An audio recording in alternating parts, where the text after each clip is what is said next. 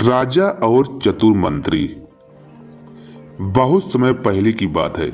एक शहर में एक राजा रहता था। उस राजा को अपने सभी नगरवासियों से बहुत लगाव और प्रेम था। वह सबकी मदद करने के लिए तत्पर रहता था।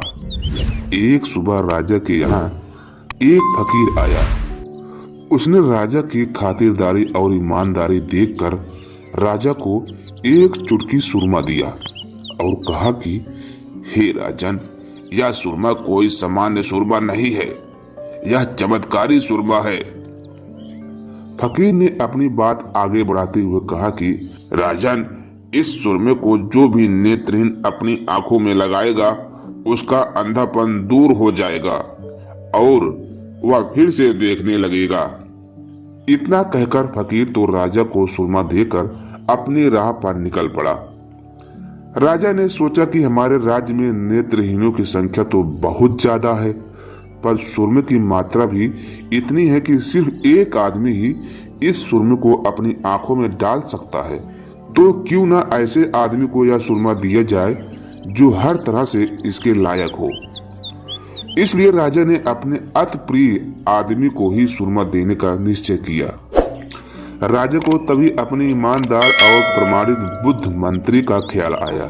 उस मंत्री ने पूरी उम्र ईमानदारी और निष्ठा से राज्य की सेवा की थी, पर दोनों आंखों में तेज चले जाने से मंत्री को राजकार्य में से विदा लेनी पड़ी। अभी तक राजा को उस मंत्री की कमी महसूस हो रही थी। राजा ने सोचा कि यदि मंत्री की रोशनी वापस आ जाए तो फिर से राज्य को मंत्री की सही और अनुभव भरी सेवा मिल सकती है। इसलिए राजा ने तनिक विचार किए बिना ही मंत्री को बुलवाया और उनके हाथ में सुरमे की डिब्बी देकर कहा कि यह सुरमा आप अपनी दोनों आंखों में लगा दो। यह चमत्कारी सुरमा है। इसको आंखों में लगाने से आपकी दृष्टि वापस आ जाएगी, पर यह सुरमा इतना ही है कि इसे सिर्फ 2 आंखों में ही लगा सकते हैं। मंत्री ने अपनी एक आंख में सुरमा डाला और उस आंख की रोशनी वापस लौट आई। उसके बाद बाकी बचे सुरमे को मंत्री ने अपनी जीभ पर रख दिया। सब लोगों ने सोचा कि मंत्री पागल हो गया है और राजा ने भी उससे कहा कि मंत्री जी, यह आपने क्या किया? अब आप एक आंख से नहीं देख सकोगे और सभी प्रजा आपको काना कहकर बुलाएंगे। मंत्री ने राजा को प्यार से अपनी बाणी से समझाया कि हे राजन, आप तनिक भी चिंता न करें, मैं बिल्कुल भी काना नहीं रहूंगा। मेरे दोनों आंखों की रोशनी वापस आ जाएगी। इससे ज्यादा मैं सभी नेत्रहीनों को भी रोशनी दे सकूंगा।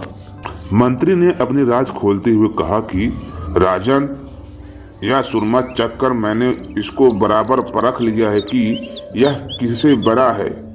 अब यह सुरमा बनाकर मैं सभी नेत्रहीन नगरवासियों के अंधापन दूर कर सकूंगा।